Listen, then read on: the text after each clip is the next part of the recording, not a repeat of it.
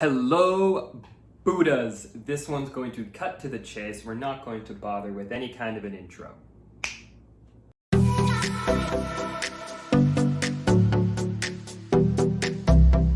Now, how to actually do this whole manifestation thing.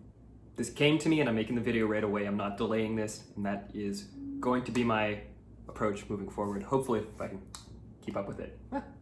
I've got big plans. But enough about me. What I want to express here is how manifestations actually happen, like the nuts and bolts of it, the actual brass tacks, as they say. And it's a massive part about the whole focusing on what you want, but also letting go of it. Okay? Let me explain.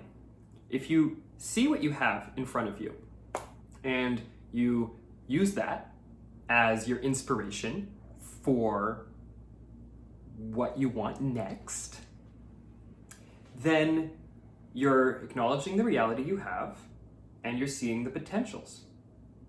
If you get stuck acknowledging the reality you have, there's your first stumbling block. So you got to get over that.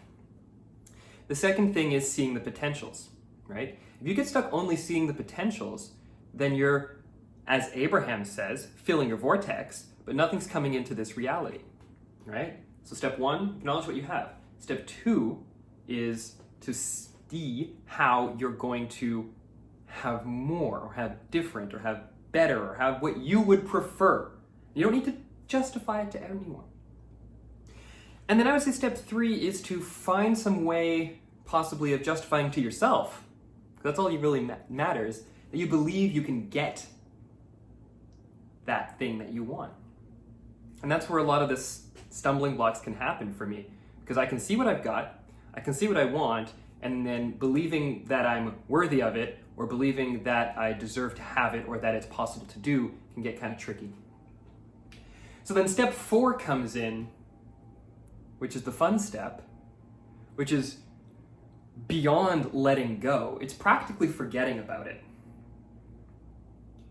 And the reason that step four is so important, and I realize it's a 4-step process. Oh my God, that's not very esoteric-y, etc. Everything's a process of threes, blah, blah, blah. I mean, 4 is a foundation number.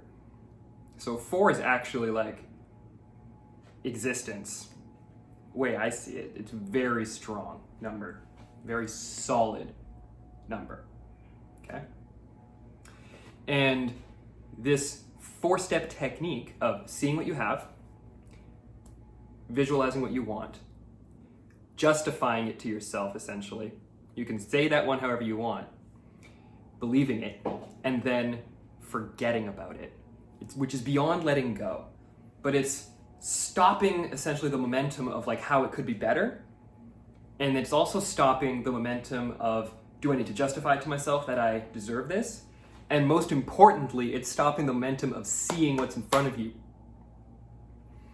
And let me tell you, there are a lot of things in this world that I see.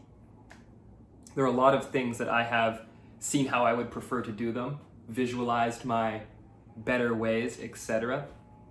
And there's a heck of a lot of stuff that I've currently been working on that I am justifying to myself, or we're doing the shadow work to say that I actually am worthy of it, etc. Doing the inner work in me, the letting go, the allowing. And then there are things that every once in a while I realize that I forgot about. And then over some time, because time is the most beautiful thing on this planet, time is love. Over time, those things appear in my life in ways that I couldn't have conceived about how they would appear. So that's it. There's a 4-step process on how to manifest anything into your life. First thing, see the stuff you've got, right? I'm not trying to say don't walk around in a 3D world. Go out and explore and do stuff so that you can see what you want. Step 2 is to visualize how you'd rather do it, or how you would like to be the one sitting on that yacht, or how you would like to be the one driving that car, or how you'd like to be the one with that person. Although don't focus this on a specific person, but like with a person. And then step 3 is to do the work to allow yourself to feel like you deserve what's coming into you. And then step 4 is not really a step, it kind of happens, and that is to forget about it and to allow the universe to work its magic, because everything that you've asked for is on its way. You just haven't let yourself receive it. So, Buddhas, remember what the most important thing is, and write it down in the comments below, because we all love ourselves.